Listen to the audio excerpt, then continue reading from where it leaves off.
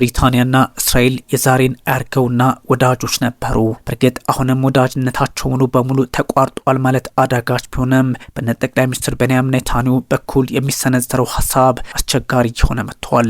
ለንደንና ተላቪቭ ዛሬም ወዳጆች ናቸው የሚሉ ቢኖሩም ግን ደግሞ ፖለቲካዊ ልዩነት ስትራቴጂካዊ ጭምርም እየተፈጠረ መጥቷል። ጠቅላይ ሚኒስትር ቤንያሚን ኔታንያሁ ያነሷቸው ሀሳቦች እንግሊዝን እያበሳጫት ይገኛል። ጠቅላይ ሚኒስትሩ ብሪታንያ እስላማዊት ሪፐብሊክ ማለታቸው ነው ጉዳዩን በተለየ አቅጣጫ እንዲታይ ያደረገው። ጠቅላይ ሚኒስትር ቤንያሚን ኔታንያሁ ብሪታንያ እስላማዊት ሪፐብሊክ ብለው መጥራታቸው እጅጉን አስደንጋጭ ያደርግባቸዋል። ጠቅላይ ሚኒስትሩ ከሀገራቸው ጦር ሰራዊት ፖድካስት ጋር አርሚ ሬዲዮ በነበራቸው ቃለ ምልልስ ቀደምት የብሪታንያ መሪዎች የእስራኤል አጋር እንደነበሩ አስታውሰዋል። አሁን ላይ ግን ይህ ሁኔታ መቀየሩን ባነሱበት ጊዜ ነው አነጋገሩን አስተያየት የሰነዘሩት በሚል ቢቢሲ በስፋት አስነብቦታል።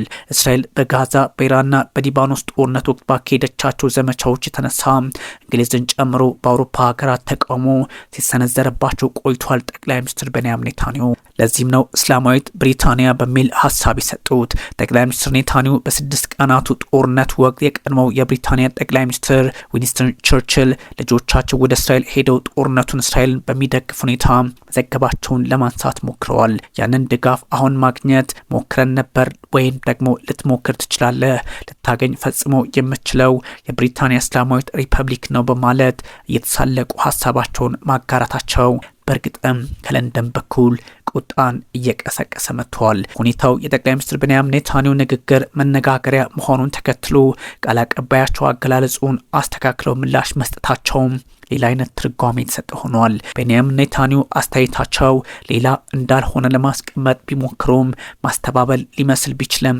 አንዳንድ ሁኔታዎች ግን አስቸጋሪ ሆነው ቀጥለዋል።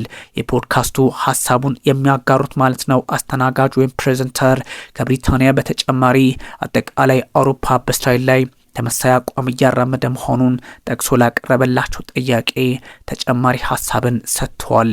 ጉዳዩ ትንሽ አስቸጋሪ ለእስራኤል ፖለቲከኞችም ሊሆንባቸው ይችላል የሚል መረጃ እየተጋራ ይገኛል። ጠቅላይ ሚኒስትሩ ሀሳባቸውን በበለጠ በማጠናከር ብለዋል።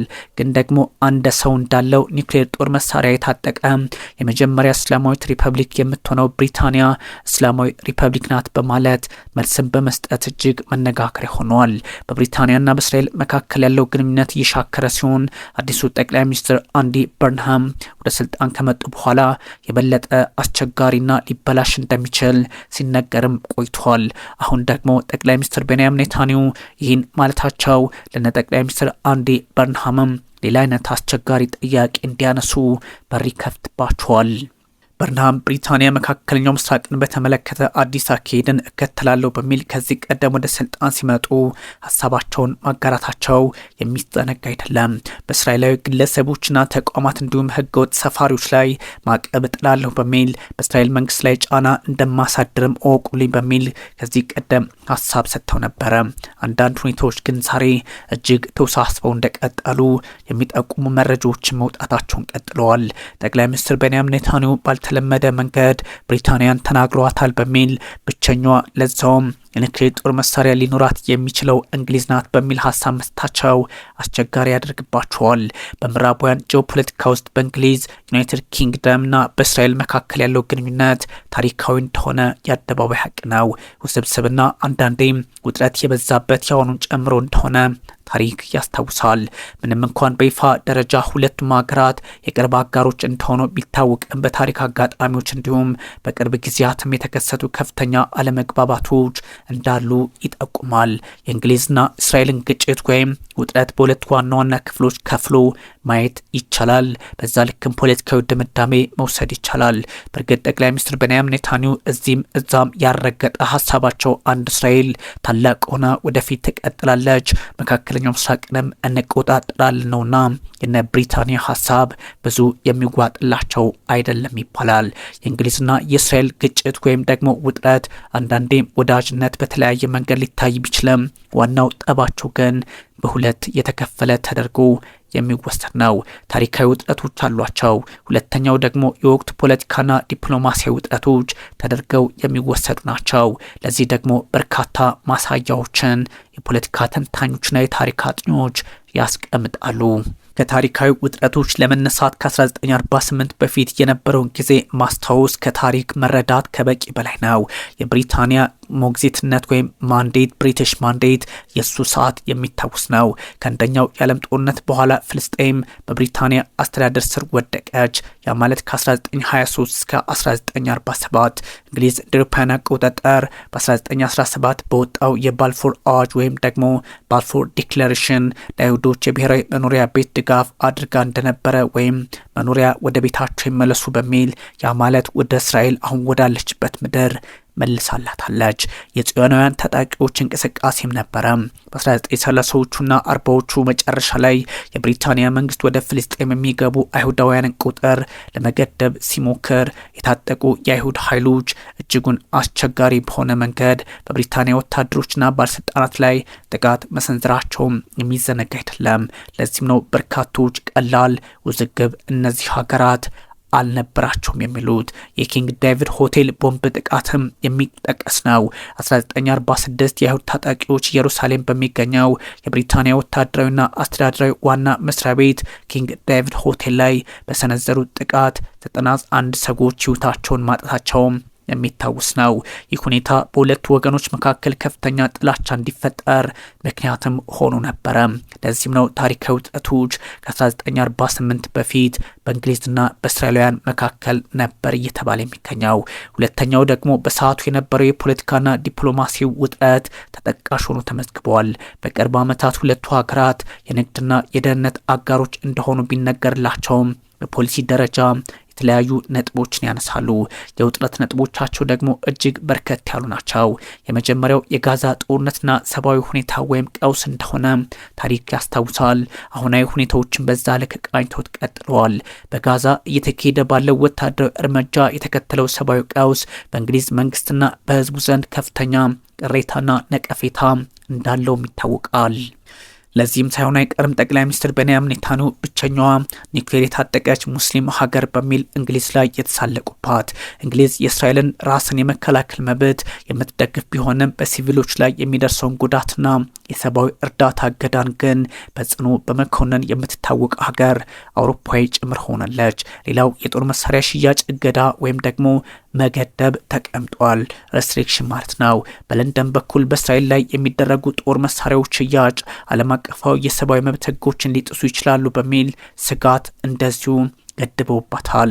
የእንግሊዝ መንግስት አንዳንድ የጦር መሳሪያ ኤክስፖርት ፈቃዶችን ለማገድ ወይም ለመመርመር ውሳኔዎችን አስተላልፋለች። ይህ ደግሞ በእስራኤል በኩል ከፍተኛ ቅሬታ አስከትሏልና ጉዳዮች የተለየ መልክ ሊሰጣቸው የሚችሉ የሆኑ ናቸው።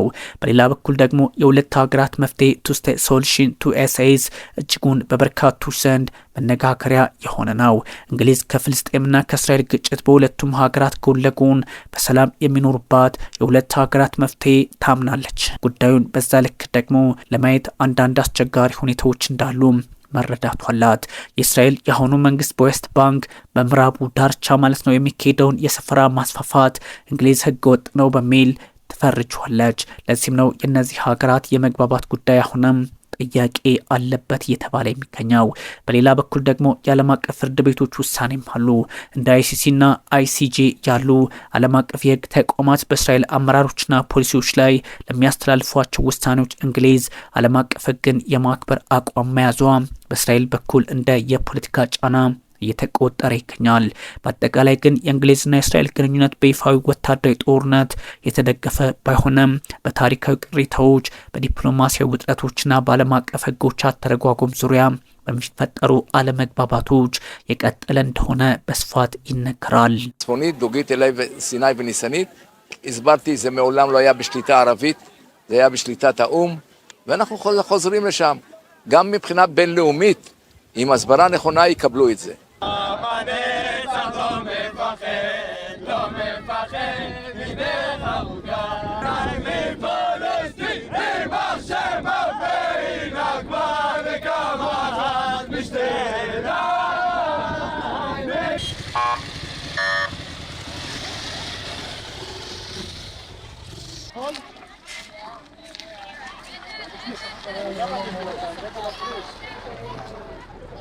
የእስራኤሉ ጠቅላይ ሚኒስትር ቤንያሚን ኔታንያሁ በቅርቡ በእስራኤል ጦር ሬዲዮ አርሚ ሬዲዮ ጋር ባደረጉት ቃለ መጠይቃቸው ስለ እንግሊዝ ወይም ዩናይትድ ኪንግደም ሲጠየቁ ስለ ኒውክሌር ጦር መሳሪያ ጭምር ያደረጉት አስተያየት ከፍተኛ ዲፕሎማሲያዊ ውጥረትና አስቸጋሪ ሁኔታዎችን እንደፈጠረ ይነገራል።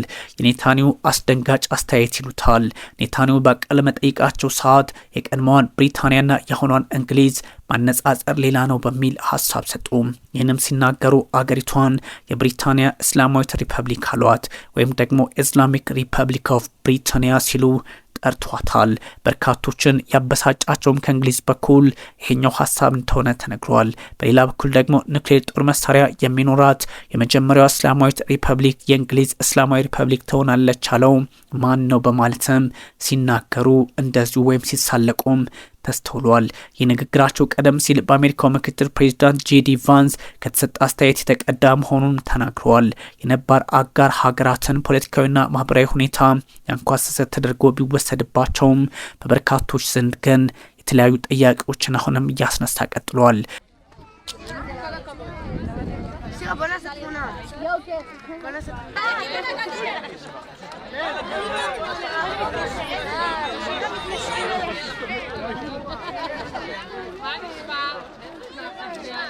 השר איתמר בן גביר, מערכת הביטחון סגרה היום את השטח, מה עמדתך על ההחלטה הזו? אני חושב שהמשטרה חשבה אחרת, אבל בכל מקרה מה שחשוב זה שאנשים רוצים לחזור לעזה. מי היה מאמין אחרי 3 שנים, אם לפני 3 שנים הייתי מדבר איתך? የእንግሊዝ መንግስት ምላሽም እንደዚሁ መነጋገሪያ ሆኗል። የእንግሊዝ መንግስት የጠቅላይ ሚኒስትር ቤንያሚን ኔታንያሁ ንግግር በጭራሽ ተቀባይነት የሌለው ኮምፕሊትሊ አንአክሰፕተብል በሚል አጥብቆ ይኮንነዋል። የለንደን ዲፕሎማቶችን በጉዳዩ ላይ እስራኤል መንግስት ይፋዊ አቤቱታና ቅሬታ ማቅረባቸውን ለማስታወስ ሞክረዋል።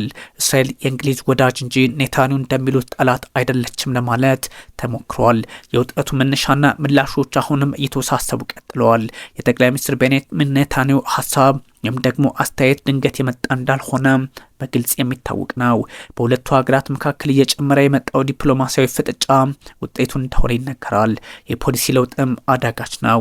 እንግሊዝ በጋዛ ጦርነት ዙሪያ በእስራኤል ላይ የምታደርገውን ጫና እየጨመረች በመምጣቷ የጦር መሳሪያ ኤክስፖርት ወይም ደግሞ አሳልፎ መስጠትን ፈቃዶችን ከመመርመር ባለፈ በፍልስጤም የሰፈራ ቦታዎች ላይ የሚመረቱ ምርቶችን ለማገድ ማሰቧ በእስራኤል በኩል ቁጣን እያጨረ ሄዷል። ተቃዋሚዎች ቅሬታ አላቸው። ማለትም የእስራኤል የኔታንያሁ ንግግር በእስራኤል የፖለቲካ ተቃዋሚዎች ዘንድ እየተወገዘም ይገኛል። ኔታንያሁ እስራኤልን በዓለም አቀፍ ደረጃ ባለገለለ ዲፕሎማሲ ውድቀት ውስጥ ከመዘፈቃቸው በላይ ታሪካዊ አጋሮቻችንን እያራቁ ይገኛሉ በሚል ተችተዋቸዋል። ኔታንያሁ ግን እስራኤል መቼም ታላቅ ሆና ትቀጥላለች፣ እናንተ እነማን ናችሁ ማለታቸውን ቀጥለውበታል። ጠቅላይ ሚኒስትር ቤንያሚን ኔታንያሁ የጠቀሱት እንግሊዝ አዲስ የኒውክሌር ፕሮግራም ስላላት ሳይሆን የአውሮፓን የስደት ፖሊሲና የለንደን ዲፕሎማሲያዊ አቋም በመቃወም ሀገሪቱን በፈጣን ሁኔታ ባህሏና ፖለቲካውያን ያጣች ያለች ሀገር አድርገው በመሳላቸው የተፈጠረው ውዝግብ ነው በሚል የተለየ አጋጣሚና የፖለቲካ ትርክት ለመፍጠር የሞከሩም አሉ። ግን ደግሞ ጠቅላይ ሚኒስትር ቤንያሚን ኔታንያሁ በራሳቸው መንገድ ሁሉን ነገር የመፍታት ወይም ደግሞ አንዳንድ አስቸጋሪ ጊዜያትን የመጠቆም صدر قرار سموتريتش بإزاحة هذه القرية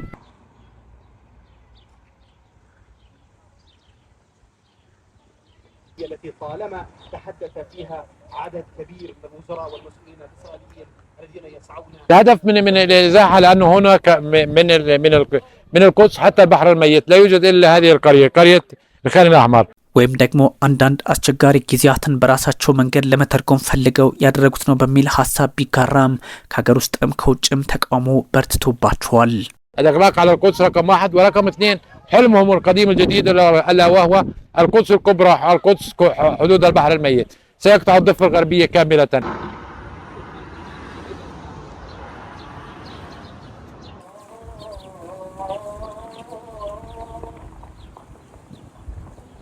صار 7 سنين قصات؟ ايه 2018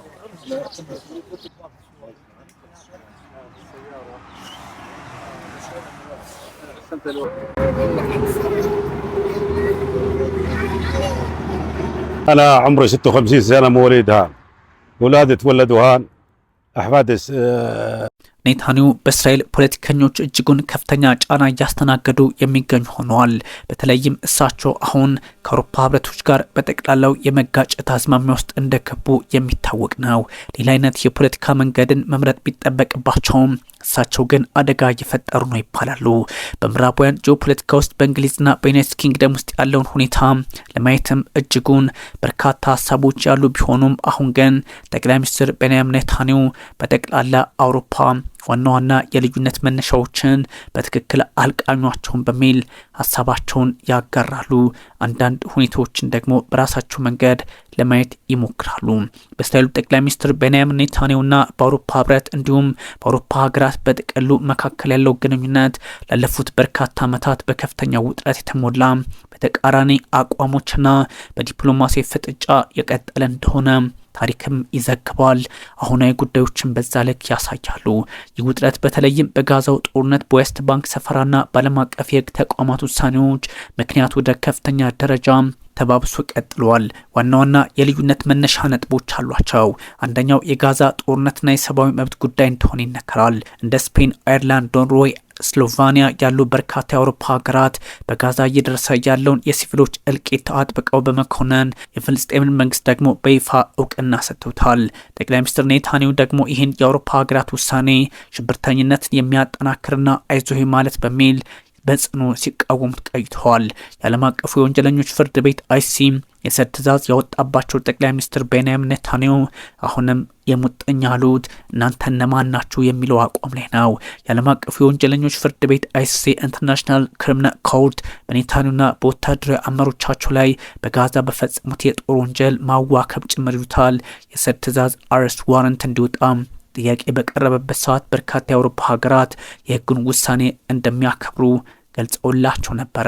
ይህ ደግሞ ኔታንያሁ ወደ አውሮፓ ሀገራት የሚያደርጉትን የጉዞ እንቅስቃሴ በእጅጉ የማይካደው ገድቦባቸዋል። ሌላው የሁለት ሀገራት መፍትሄ ልክ እንደ እንግሊዝ ሁሉ ቱ ስቴት ሶሉሽን የአውሮፓ ህብረት ይፋዊ አቋም መሆኑ ነው።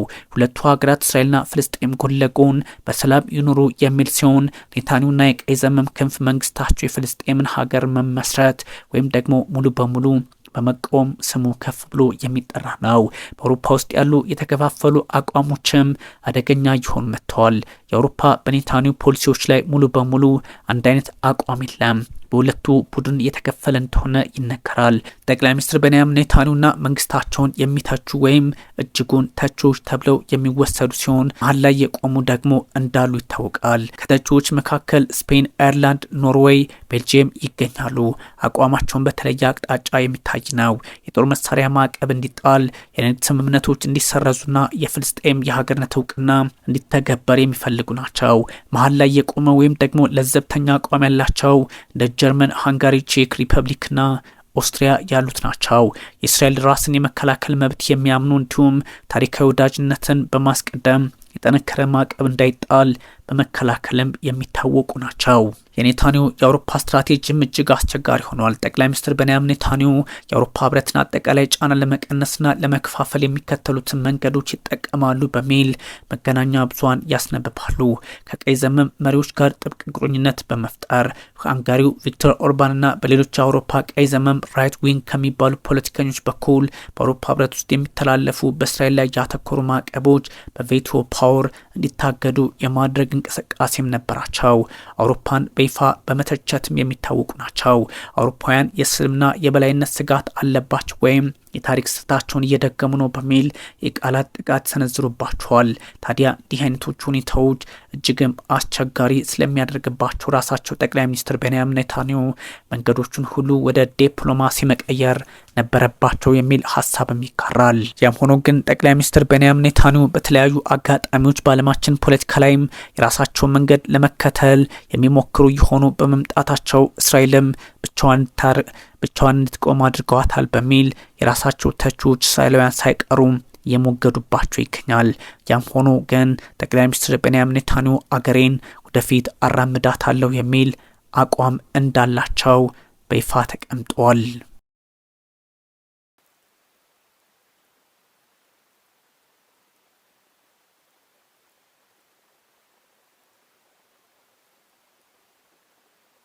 אני חושב שיש כאן אמירה מאוד מאוד ברורה. עם ישראל רוצה לחזור הביתה, רוצה לחזור לעזה, וגם על הדרך לעודד הגירה עם מי שצריך, כי יש הרבה מאוד שם עזתים שרוצים ללכת, צריך לשלוח אותם לשלום.